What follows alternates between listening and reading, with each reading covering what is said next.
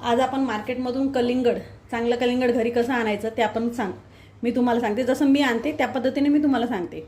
आणताना नेहमी हिरवगार कलिंगड असायला पाहिजे. बघा, आता तुम्ही म्हणशाल मार्केटमध्ये आपण म्हणतो ते रीलमध्ये पाहतो की पिवळा डाग असला पाहिजे, तर मी पिवळा डागवाला सुद्धा कलिंगड आणलेला आहे. आता आपण पाहताना ओळखताना कसं समजायचं कवळं कलिंगड कसं आहे आणि चांगलं झालेलं.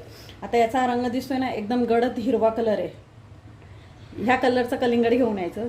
आणि दुसरं कलिंगड कवळं कसं असतं, याचे ते लाईट कलर दिसतोय ना, हा म्हणजे गडदच्या खालचा जो हिरवा कलर म्हणजे ते कवळं कलिंगड. आता हे कवळं नाही आहे कारण की हे 2 दिवस आणून झालेलं आहे. तिसरी गोष्ट, याचा हा दांडा आहे, हा सुकलेला आहे.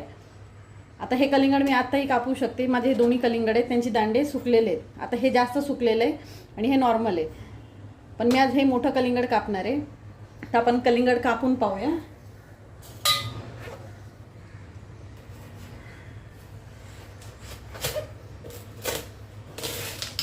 वाव, कलिंगड किती मस्त निघाले. आणि चौथी एक महत्त्वाची गोष्ट, सपोज आपण कलिंगड घेऊन येतो, वाजवून दाखवायचं राहिलं. आपण म्हणतो ना हे वाजवलं, त्याचा आवाजावरून बरेच जण ओळखतात. तर त्याचं एक कारण काय आहे, आता हे कलिंगड वाजवतो जेव्हा त्याचा आवाज भरल्याचा आवाज येतो.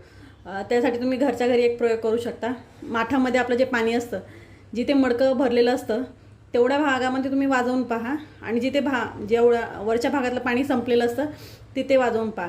म्हणजे दोन्हींचा आवाज वेगळा येतो. त्याच पद्धतीने कलिंगडामध्ये सुद्धा, कलिंगड जास्त वॉटरी असेल म्हणजे पाण्याने भरलेलं असेल जास्त, तर त्याचा आवाज बघा वेगळा येतो. आणि जर का सुकलेलं असेल, आतून सुकायला लागलं असेल, तर त्याचा आवाज तुम्हाला वेगळा जाणवेल. हे तुम्हाला अनुभवातूनच कळेल. आणि 5वी एक महत्त्वाची गोष्ट, सपोज आपल्याला तसंही नाही समजलं तर सरळ जेव्हा आपल्याला कलिंगड घ्यायचं आहे, कलिंगडवाल्याकडून ते कलिंगड कापून समोर पाहायचं आणि चांगलं कलिंगड घेऊन यायचं.